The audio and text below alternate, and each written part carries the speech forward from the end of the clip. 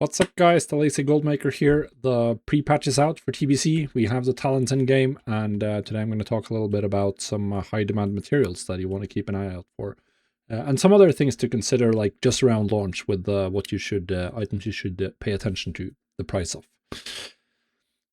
So I'm going to focus on the short term, like just around launch, just after launch, essentially. Some things you need to focus on then, because that is an opportunity. Like there is a short time around launch where a lot of prices peak on some items and some things change quite rapidly. And if you can stay on top of that, then you can make a decent chunk of gold.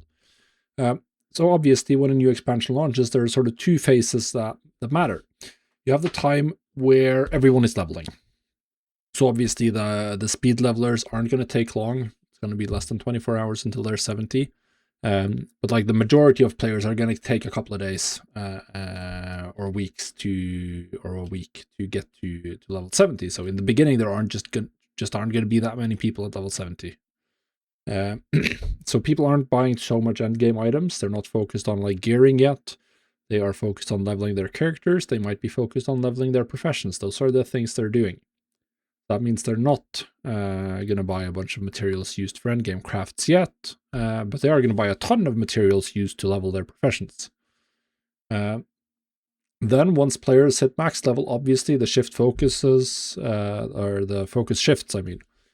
People go on Wowhead and they go to their class guide and they start looking at their pre-best lists. They start looking at the pre-raid best in slot lists and they start crafting items. And then these are the things they're looking at. So they're looking at profession gear here. They're going to start crafting some of these things and get going, essentially. That means demand shifts to mostly be items that are useful for level 70 characters and materials that are used for those crafts.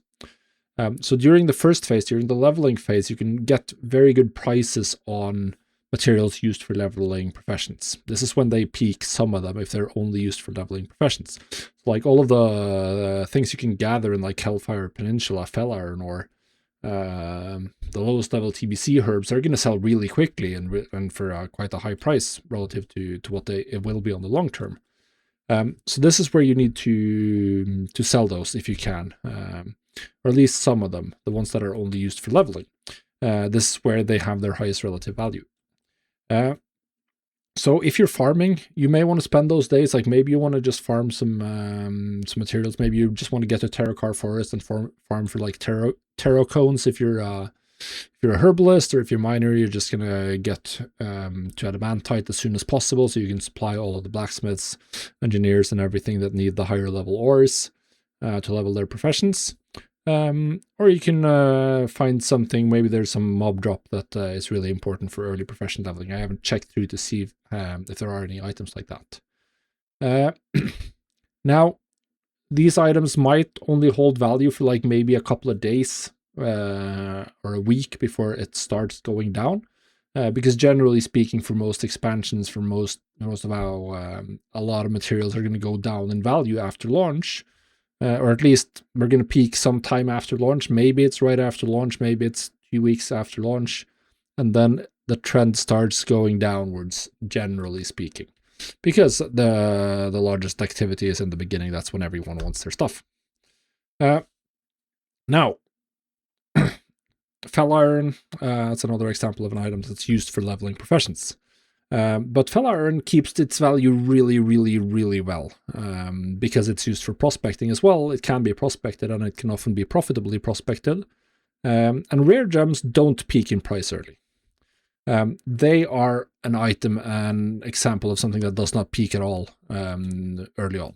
So generally speaking, rare gems are a little bit expensive the first week, but pretty much no one is buying. Because people aren't going to put rare gems in like whatever they get in Hellfire Peninsula. Like, what would be the point? They're not going to put rare gems in leveling gear from Sangor Marsh. They're going to wait until they get their pre-bis. Then they're going to put rare gems in everything. So just around the time the raid opens, what happened in TBC Classic the last time around, gems exploded in price. And that meant that it dragged the ores with it. So Fell Iron ore, adamantite, kept value really well, and that means that mining is a really good profession to run early game. In TBC, you have a good chance of having something that's going to keep value for at least 2-3 weeks, going to keep a high value and sustain it. So that's something to be aware of. And then obviously there are a lot of other items that keep their value and or have a really, really high value. And the main one is obviously the primals. Primal Fire, the most expensive one generally, but pretty much all of the primals, which you get from farming motes of fire, motes of air, motes of mana, etc. All of these are really, really good. Primal Fire can only be farmed in a couple of spots that are high level zones, so it's not something you'll do while leveling. These are probably good. People are gonna be camping these as soon as they can farm them, because primal fires are used in absolutely crazy quantities. But you can farm for other primals, and if you are in a spot where any of them drop and you're there alone, then maybe you want to do some farming, like motes of mana. You can farm a lot of places in Netherstorm. Motes of water has a place in Terrakar Forest, that I think the first place you can get these, or maybe even in Sangar Marsh. So just pay attention to your motes. You definitely want to grab these while you're leveling. Don't sell them while everyone is leveling. The price starts peaking once everyone gets to level 70, or a large proportion of players get to level 70. Now, if you're an engineer, there's something you can consider, which I'm not sure of, because it does depend a little bit on the price. But you can speed level engineer to 350 and try to grab this recipe for the ultra spectropic detection goggles. They are a little bit expensive to craft, 2 corium bars and some other slightly expensive materials, but you combine that with the sap throttle mote extractor, which is a lot cheaper to craft. And then you can go around farming clouds while leveling for extra motes. Motes are going to be really high value. So this is something I would consider, particularly if you're planning to farm long term. Like, this is maybe a character that has mining or herbalism as well. Then I would want to get this crafted right away so you can get the most value out of it. So this is something to consider. But obviously you need to be an engineer to use this. But being able to get motes, which is the highest value material, and it's something that keeps value like incredibly well, is really, really good.